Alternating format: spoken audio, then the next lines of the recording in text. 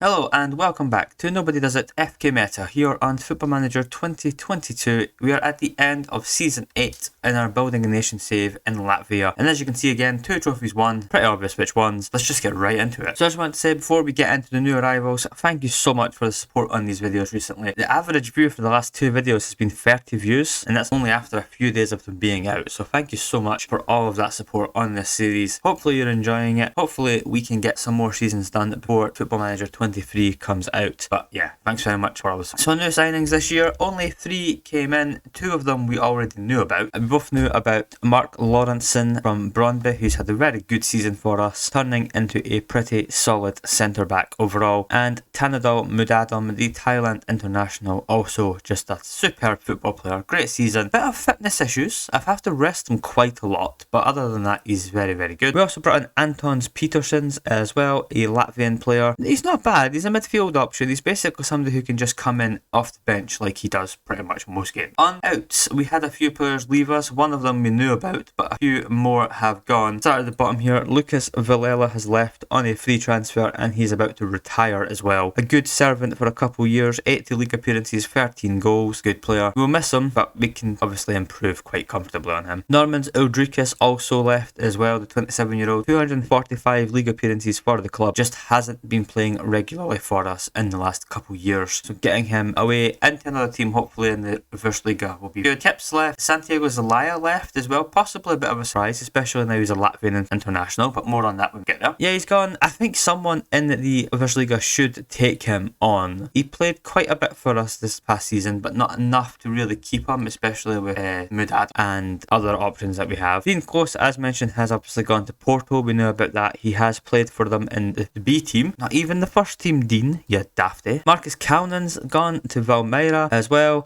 Moros to Liepāja, Osis to Liepāja, and Prince Adu to Liepāja, who has had a decent season, 11 goals, 10 assists, and 37 appearances for them.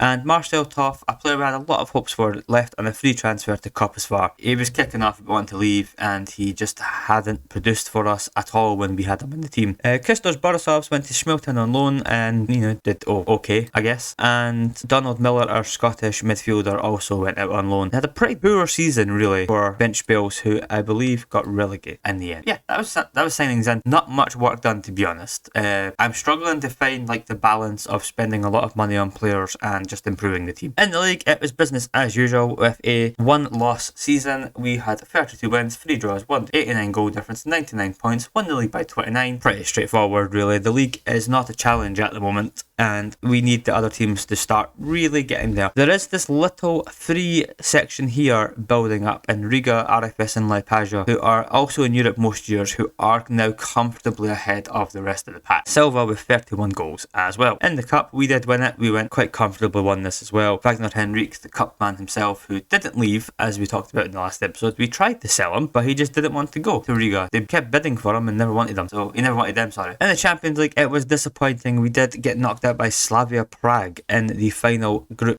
qualifying round in the Champions path. We got through Floriana, New Saints, Partizan, and then we did stumble quite poorly away from home in Prague, and then we couldn't even win the game at home. Disappointing season in the Champions League. But in the Europa League, I don't know what's happened here, but we got past, we got knocked out by Partizan at the end of last season. 1-0 in aggregate. But we lost to RB Leipzig 4-2 in the first game, and I was like, oh, this is going to be tough. We've got PSV and Besiktas as well. And then we won 5 straight games and never really struggled in any of them. So yeah, we topped our Europa League group with 5 wins out of 6 games. We are in the next round of the Europa League. Maybe this is the year that we can put a bit of a stamp on this competition. Hopefully, anyway. Finances again. The club reputation has stayed the same for now. We are so close to 1,000 shirt sales, and as usual, the prize money is very good, except for the competition prize money, which obviously is down because we didn't get the Champions League group stage. The player of the season was Panda. Young player of the season was Panda. Lorenzen was signing of the season. Silva with 40 goals. Panda 26 assists. We'll go more into these guys when we go through the squad in a moment. And yeah, so it's been a pretty strong and successful season. We have a lot of crap to read through here, but we'll do that off camera. In terms of the club info, we are still having a great time here. We are now a legend at the club along with Panda, which is lovely to see. Another league one does that for you, I suppose. In terms of youth candidates, it wasn't the strongest intake this year. We only had one pretty decent player, which is Nikita Gorch, a 1.5 star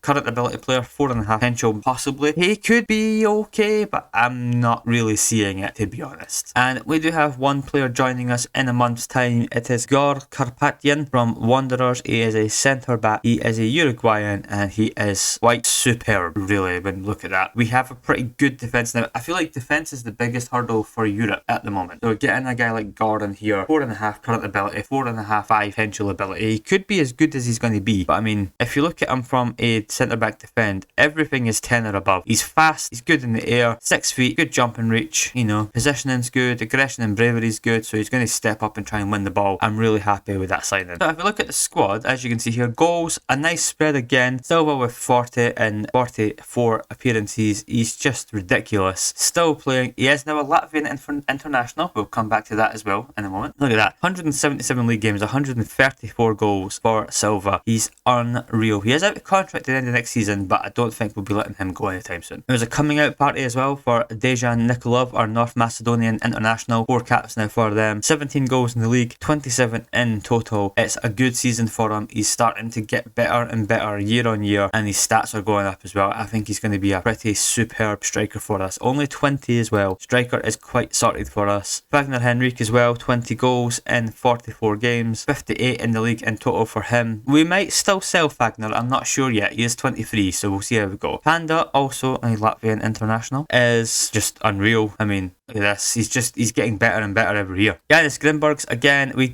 given Grimbergs a 5-year contract. Right? This is where sentimentality is coming into it. He's a 2-star player now. He is slowly going down the pecking order. He's playing less and less games, but he's still managed to have 10 goals in the league for us this season, keeping up his ridiculous run of form. We love Giannis Grimbergs. I've contacted Metta on Twitter to let them know that I love him and I want the message passed across. Diego Luna, also now a Latvian international with 11 goals and 10 assists as well. Just a good season for the new Latvian international. And yeah, I've not really got much complaints here, to be honest, with the squad currently. Gutierrez still just unreal in goal. How long is it until he's an international? When is it? Oh, here we go. We might have our new Latvia national team goalkeeper, folks. It could be big Luis Gutierrez. Speaking of the Latvia team, so as you can see, we have quite nicely, now what I've discovered is Latvia, I believe, has a 5-year rule for players to become citizens, which means obviously they can play for the national side. Hence Silva, Panda, Luna, someone else we had as well, Prince Adu is now Latvian too. We've called him up to the squad. And what it means is that, one, it helps with squad registration rules because these guys are now Latvians. So that means we've got even more foreign signings we can make, which is just superb news for us. And then also it means I can put a better squad together. So with Latvia, we were in the Nations League Group C, and it was all going so well until the end. We drew 1-1 with Israel, with Wesley Nata scoring the goal. A 3-0 win away in Azerbaijan, with Silva getting a goal for the team. He then scored again as we beat Northern Ireland. He then scored again as we beat Azerbaijan. We then got a 1-1 draw with Israel, and then we did throw it away against Northern Ireland in Belfast. A 1-0 loss means that we did finish second in the Nations League group. This is going to be a tough challenge. It's what I'm looking forward to with the Latvian national team, especially now that I can hopefully start bringing through some better quality of talent into the side. But it's a fun little detour on the save, I would say. Schedule wise, as you can see, we just won a lot of games by a lot of goals. Couple 8-1s, 5-0s, with a 9-0 against Riga, I believe. RFS, sorry, yeah, we beat RFS 9-0. Silva scored 5, because of course he did. If we have a look in the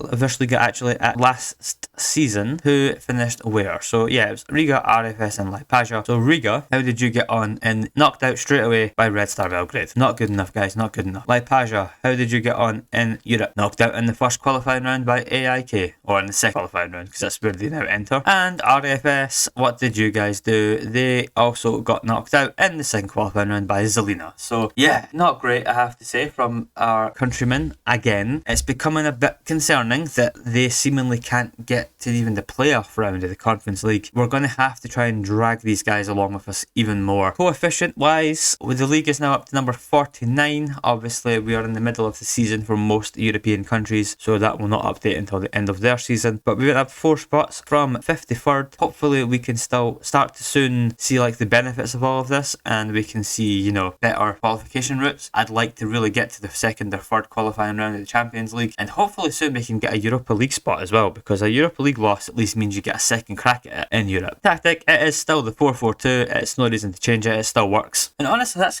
kind of it, really. I mean, there's not a whole lot really to mention here. Like, we've just done what we've been doing, our players are still improving, there's nothing else really to talk about this save. Juricic also show, because he's only started playing for us recently, turning into a decent all-rounded central midfield option that we can use. Who else have we got? Ravis Ashby is now our backup goalkeeper. He's replaced Eko Epaya, who will probably be leaving us this summer, provided anybody wants him. And yeah, it's just, I'm happy with this team, how it is at the moment. We're going to keep looking to improve, but yeah, that's kind of it. A quick note, so obviously the new game comes out probably in around 2 or so weeks tomorrow, I would imagine. So there will be another few episodes of this save. I don't know how much more there's going to be, to be honest. I'm really enjoying it, but the new game comes out. I want to play the new game. People want to watch the new game. The plan is to do a Building a Nation save for Football Manager 23. I don't currently know what league we'll be doing it in. I've got a few in my ideas brain, but we'll have a little think about that. And maybe if anybody's got any suggestions as well, please drop them in the comments. Let me know what you think. We're going to be using the base game to start with, and then we might do one later on that's got like leagues like Latvia in it. Another note is I am starting a new job soon,